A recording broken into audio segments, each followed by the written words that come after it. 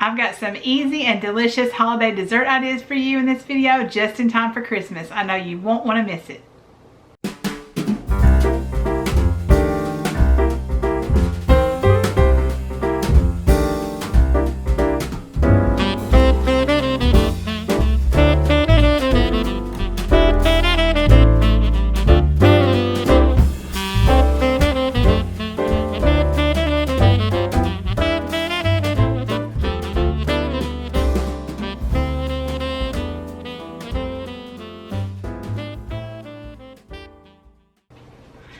Friends, welcome back to my channel. If you're new, my name's Amanda. So in today's video I have 4 easy and delicious holiday dessert ideas for you. These would be just perfect for Christmas or even for New Year's, and we're even making 2 Copycat Cracker Barrel recipes. I've got their Coca Cola Cake and their Chocolate Pecan Pie. I think you're really going to enjoy these recipes, so go ahead and hit that thumbs up if you're excited to see these. But let's go ahead and get into the video. So first we're going to start with our peanut butter blondies, and I'm just putting the Christmas M&Ms in them.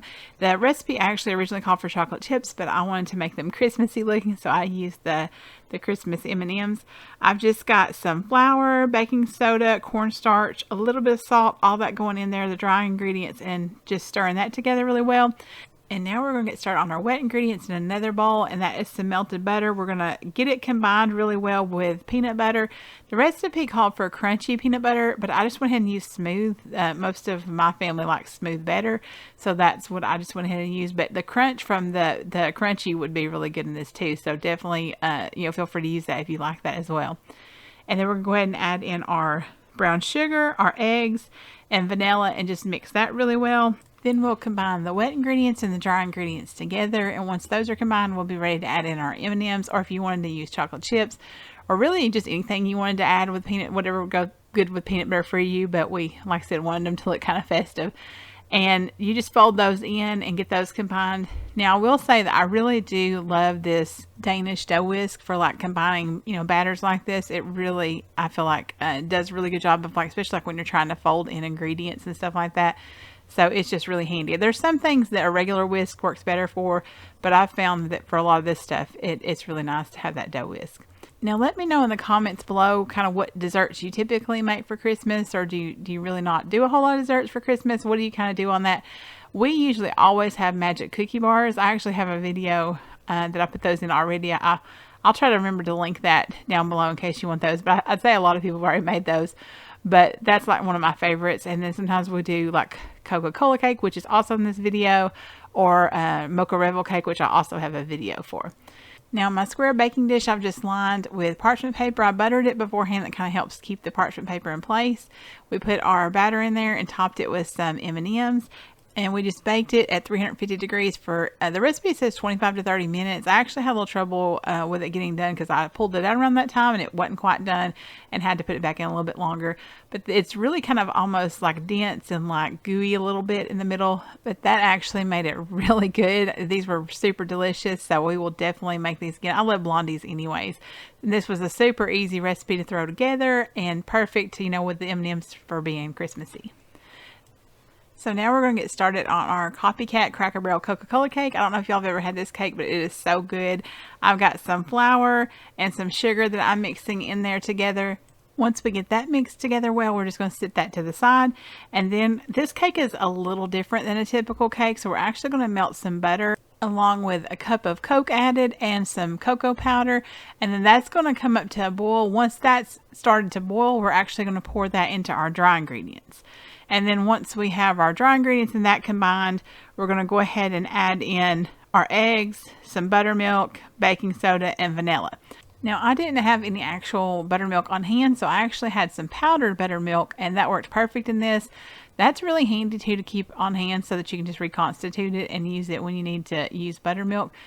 Because I know everybody doesn't use buttermilk. And you can also do that trick with, I think it's lemon juice or vinegar, or maybe you could use either one and do that as well, and that works too. So Now, have y'all ever had the Cracker Barrel Coca Cola cake? Let me know in the comments if you have it. Like I said, it really is really good, and it's, you know, fun, of course, to recreate, you know, favorite recipes like that at home.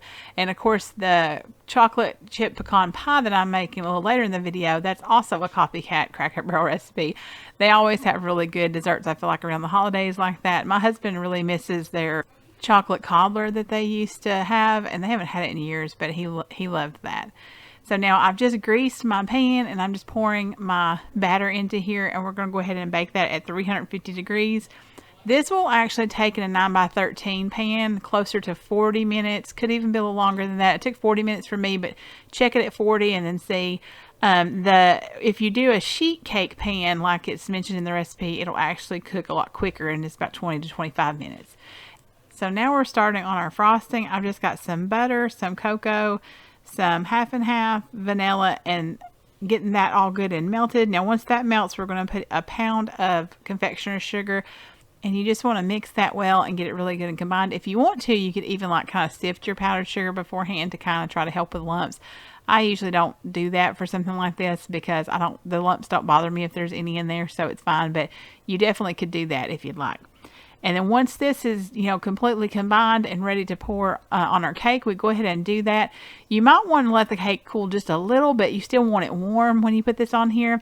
So make sure that you're ready to pretty much put it on your cake when you make it, because this will start to already kind of set up a little, even in the pan, if you don't pour it quick enough. So since you're putting that on there warm, some of that kind of soaks into that little layer of that cake, and it just makes like such a good combination. I almost feel like, to me, this is almost better if you can put it overnight in the fridge and then pull you out a piece and maybe heat it a little in the microwave just to warm it up. I feel like once that icing sets up, it's so nice like that. But of course, we cut a piece while it was, you know, still kind of warm, but not too warm. And there it is. You can just see that icing. This is such a good cake. It's a rare treat for us. We don't make this very often. It's a very rich cake, but so good. So now we're going to get started making us a couple of pies. So we've got a Copycat Cracker Barrel chocolate chip pecan pie, as well as an oatmeal pie. So I'm starting first with the oatmeal pie. And in my bowl, I'm just adding some sugar, flour, cinnamon, and just a little bit of salt. And then I'm just going to mix that together. In our other bowl, we're going to get started whisking our eggs together and get those all nice and frothy. Then we'll add our dry ingredients in and get that all mixed well. You're also going to use some corn syrup, melted butter, and vanilla, and that'll go in there here in just a minute too. And then last, we'll mix in the oatmeal. So in this recipe, the oatmeal kind of substitutes for the pecans. I actually found this like in a Civil War forum when one of my kids had to make a Civil War recipe, and it was a hit with her class. Like they loved it so much. And it's actually one of the most popular recipes off my blog as well. Now, from a comment that I got back years ago on my blog, apparently the corn syrup is not really like, you know, accurate to the Civil War time. So it may not be exactly the way they made it back then, but it's still really tasty no matter what. And it is great for people who don't like nuts. Like my daughter is not a huge fan. My youngest is not a huge fan. So for, you know, anybody who doesn't like nuts, this is a great option. Or if you have a nut allergy too, that would also be another way of kind of having pecan pie, but, you know, not having to have the nuts and have the oatmeal instead. Now, I will say quickly that the cinnamon in that recipe doesn't make it taste exactly like pecan pie, but that's just the closest thing I can compare it to. You could leave the cinnamon out probably, and it would probably taste even closer. So now we're getting to work on our Copycat chocolate chip pecan pie. First, I just beat those eggs, and then I added in some sugar, and then mix that together. Now we're adding in our corn syrup, salt, vanilla, and butter. Once that's mixed all together well, we're ready to pour it in our pie shell. Now in your pie shell, you're going to want to go ahead and have your pecans and your chocolate chips in there, and then we're just going to pour this mixture on top. Now these are going to bake at 350 degrees. The oatmeal one says about 45 minutes. The chocolate pecan says 50 to 60, so just keep an eye on them, and you know, you might get lucky and they may get done both at the exact same time, or you may need to pull the oatmeal one out a few minutes before the pecan one. Now, I really love serving the chocolate pecan pie with ice cream. That's my favorite way to eat it. I just think it tastes so good with it. I do vanilla ice cream, and then my kids usually like the oatmeal pie just to be by itself. But you can use whipped cream, you know, ice cream, just plain, however you want. It's all good. It's delicious either way. So whatever your favorite is, you know, go with that.